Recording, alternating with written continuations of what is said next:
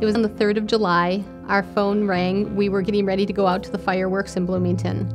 And it was my son's friend's mother. And she said, "Can you help us?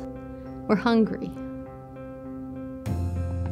It was completely invisible to us. This boy had been at our house many times. We didn't know that they didn't have any food in their house to eat. The first step is to see the problems, and the first problem is the failure to see the people. Those who work but live impoverished lives blend into familiar landscapes and are therefore overlooked. This was written in 2004 in a book called The Working Poor Invisible in America. VEAP serves the largest working poor population in the state of Minnesota. They make sure people are cared for in hospitals, children are cared for in nurseries, that security is taken care of, our hotels are taken care of. They make enough money to pay most of their rent, to buy some food, to help get them to work, to get their children to school. But if one thing goes wrong, we call it the house of cards, and everything tumbles down. And by the time VEAP is visited by our neighbors, there is a lot else going on. This is a very hard-working group of people that make our community stable, and yet their lives are not. I was born and raised in Bloomington. I've lived here my whole life. I've been a server my whole life. I've lived in my building for 26 years, and I've never been late on my rent once. Last January, I had a surgery in which I was out of work for 6 months. On the outside of these doors, you don't know what is out there, and it's very scary. And I'll never forget the first day I walked into your food shelf. I had never been in a food shelf. I've never had assistance. And who comes up to me but a lady from Christ the King Lutheran Church, which is where my mother was a founder. And she knew my mother. She came up to me, she patted me on the back, and she looked at me and she said, "Are you okay, honey? Can I help you?" I'll never forget it. I know that there's bigger and better things out there for me, and I'm gonna find them. We're one of the fastest growing younger communities in the metropolitan area right now. We have lots more children coming back into our schools, and we have a wonderful diversity. You're one of the social services that will help us hold up a family in Ridgefield. Get this family either in a really nice apartment or a home for rent, and not have them keep trading schools because mom or dad are out of a job or some kind of a crisis has hit. So many people come, they need 1 or 2 months of help, and they go away and they're gone. People who are temporarily without jobs. This whole segment of people who can't work. Imagine what that's like when Christmas comes and you can't give your kid a toy. Imagine what that's like. You know, what those parents must feel. In 2014, we took a leap of faith.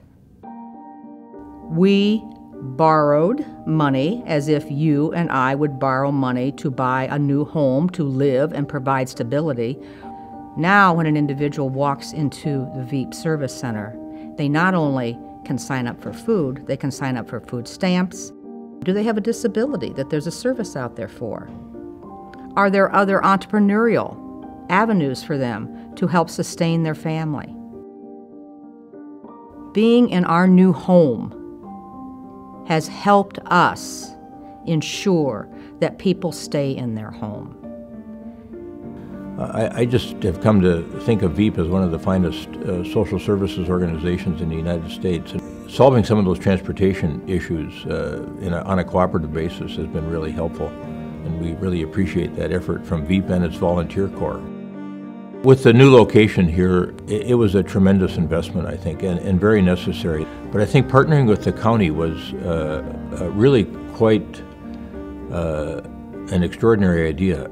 Because these two organizations side by side can really do some effective work together. Having the space that we do in our new home allows us to bring in far more produce. We have a kitchen that does two things. One, we can train people in, and the other, we can actually repurpose food. So what do you do with 1,000 pounds of bananas that are about to go bad? Well, what else? You make banana bread.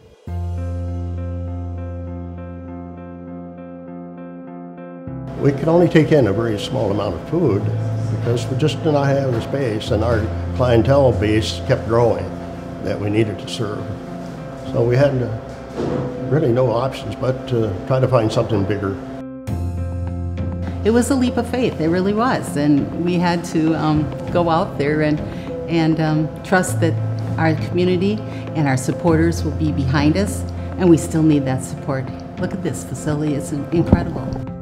Nobody can plan perfectly in their life, and when they have unexpected events in their life, whether it's medical or loss of a job or a car breakdown, and people are living, very tight financially, this allows them to get over to the next step so they can continue on with their quality of life that they know from our community and what we can offer to the community.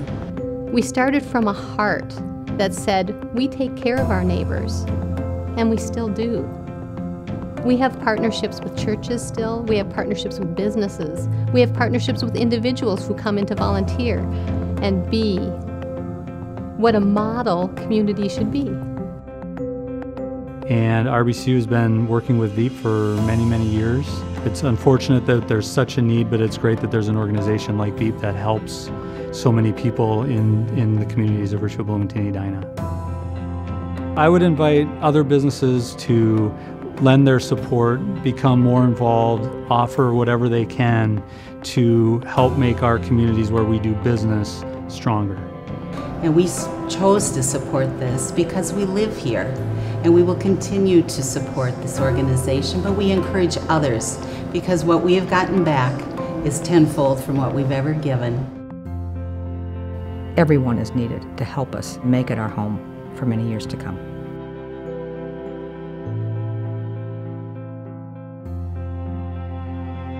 Walk with us.